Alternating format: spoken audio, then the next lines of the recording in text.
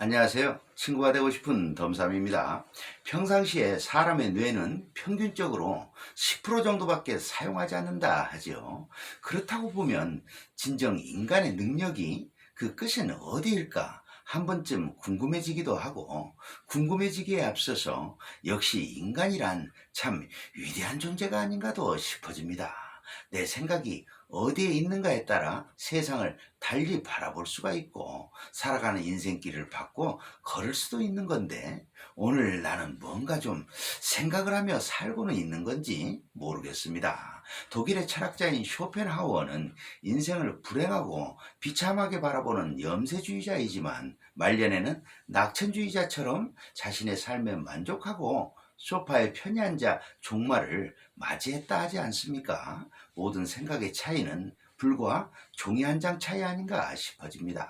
꽃이 피고 지는 모습들을 보면서는 결국 다 똑같은 인생인데 하는 생각도 밀려오지만, 그래도 자신이 가지고 있는 능력의 한계가 어디까지인지는 알 수는 없는 거지요. 무슨 일을 하든지 최선을 다해보기를 권해봅니다. 어느 기업인은 그랬다 하지요. 할 수 없다라든가 불가능하다고 이야기를 꺼내들면 해봐서 하고 말이지요.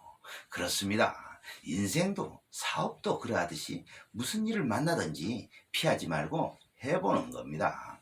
알고만 있으면 무슨 소용이 있겠습니까? 말로는 세상 못할 것 없는 것처럼 말만 하는 그런 사람이 있지요. 해보지도 않으면서 말이지요. 천리길도 한 걸음부터라는 말이 있듯이 일단 시작을 해보는 겁니다. 무슨 일이든지 꾸준히 쉼 없이 하는 거죠. 기분이 날 때만 잠시 하면 또 되겠습니까? 그건 하는 게 아닙니다. 간혹 사람들 사이에도 자신의 기분이 좋을 때만 사람들과 어울리다 갑자기 기분을 싸늘하게 만들고 주변을 어색하게 하는 그런 사람도 있지요. 기분 날 때만 아는 척하고 웃어대고 하는 건 결코 바람직한 모습은 아니라 여겨집니다. 경제 심리학에서 이야기하는 것 가운데 물질의 가치를 가지고 있는 한계 효용에 대한 법칙을 들고 있는데요. 그 중에 하나, 한계 효용 체감의 법칙이라는 것이 있습니다. 물질의 가치가 변하면서 얻는 그 만족감의 정도가 어느 정도 차오르게 되면 점점 줄어들게 되는 현상을 이야기하는 거죠.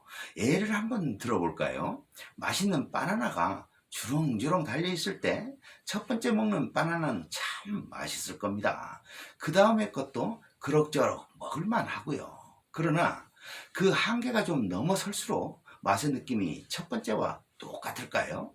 그렇지 않다는 이야기입니다. 우리는 같은 일을 하면서도 능력이 부족한 사람이 80% 정도 자금 능률을 가져오는 것과 능력이 남달리 탁월한 사람이 100% 자금 능률을 소화해내는 것을 보면 어떤 생각이 들게 될까요?